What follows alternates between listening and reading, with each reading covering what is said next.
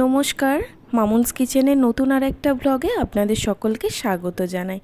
আজকে রথযাত্রা, তাই রথযাত্রার অনেক অনেক শুভেচ্ছা জানিয়ে ব্লগটা শুরু করছি। আজকে আমি বানাবো জগন্নাথ দেবের 56 ভোগ মহাপ্রসাদের অন্যতম ভোগ কণিকা মহাপ্রসাদ। এটি বানাতে আমাদের লাগছে 1 কাপ বাসমতি চাল। এটা আপনারা গোবিন্দভোগ চাল দিয়েও করতে পারেন। আমি এখানে বাসমতি চাল নিয়েছি এবং সেটাকে খুব ভালো করে ধুয়ে নিচ্ছি। ধোয়া হয়ে গেছে খুব ভালো করে। এবার একটা ছাঁকনির সাহায্যে চালটাকে ছেঁকে আমি 20 মিনিট রেখে দেবো জল ঝরা অবধি।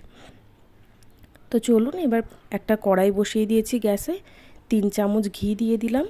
এই রান্নাটা কিন্তু ঘিয়েই করতে হবে, সাদা তেলে একেবারে ভালো হবে না। ঘিটা মেল্ট হয়ে গেছে। এবার এর মধ্যে আমি একটা তেজপাতাকে ছিঁড়ে দিয়ে দিলাম একটা দারচিনির টুকরো, 2-3টে এলাচ,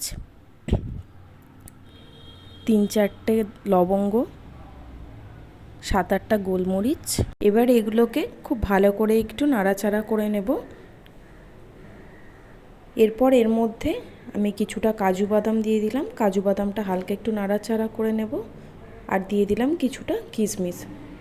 খুব ভালো করে এগুলোকে একটু ভেজে নেব। ভাজা হয়ে গেছে। এবার আমি এর মধ্যে জল ঝরিয়ে রাখা চালটা দিয়ে দিচ্ছি। দেখুন চালটা পুরো ঝরঝরে হয়ে গেছে। চালটা দিয়েও বেশ কিছুক্ষণ নাড়িয়ে নিচ্ছি, 2-3 মিনিট মতো।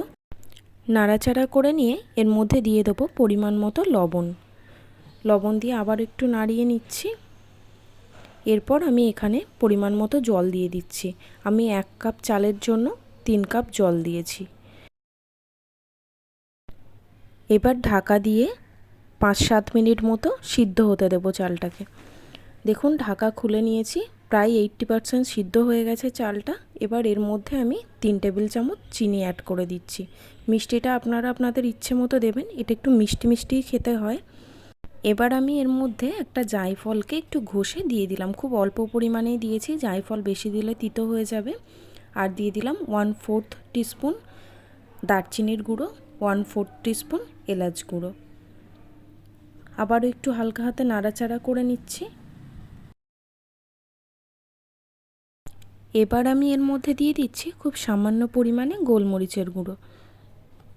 গোলমরিচের গুঁড়োটা দেওয়ার পর আবারও একটু ভালো করে নাড়াচাড়া করে নিতে হবে। এর ফলে যে এক্সট্রা জলটা আছে সেটাও শুকিয়ে গিয়ে ঝরঝরে হয়ে যাবে। তো এটাকে বেশ কিছুক্ষণ নাড়াচাড়া করতে হবে, প্রায় 3-4 মিনিট মতো। আমার রান্না মোটামুটি শেষের পথে। নামানোর আগে শুধু 1 চামচ ঘি ওপর দিয়ে ছড়িয়ে দেব, ব্যাস তাহলেই তৈরি হয়ে যাবে কণিকা মহাপ্রসাদ। রান্নাটা আপনারাও বাড়িতে ট্রাই করবেন, দেখবেন কতটা সুগন্ধি আর কতটা টেস্টি হয়। যদি ভিডিওটা ভালো লেগে থাকে একটা লাইক, শেয়ার, কমেন্ট করবেন এবং আমার চ্যানেলে নতুন হয়ে থাকলে চ্যানেলটা সাবস্ক্রাইব করে নেওয়ার অনুরোধ রইল।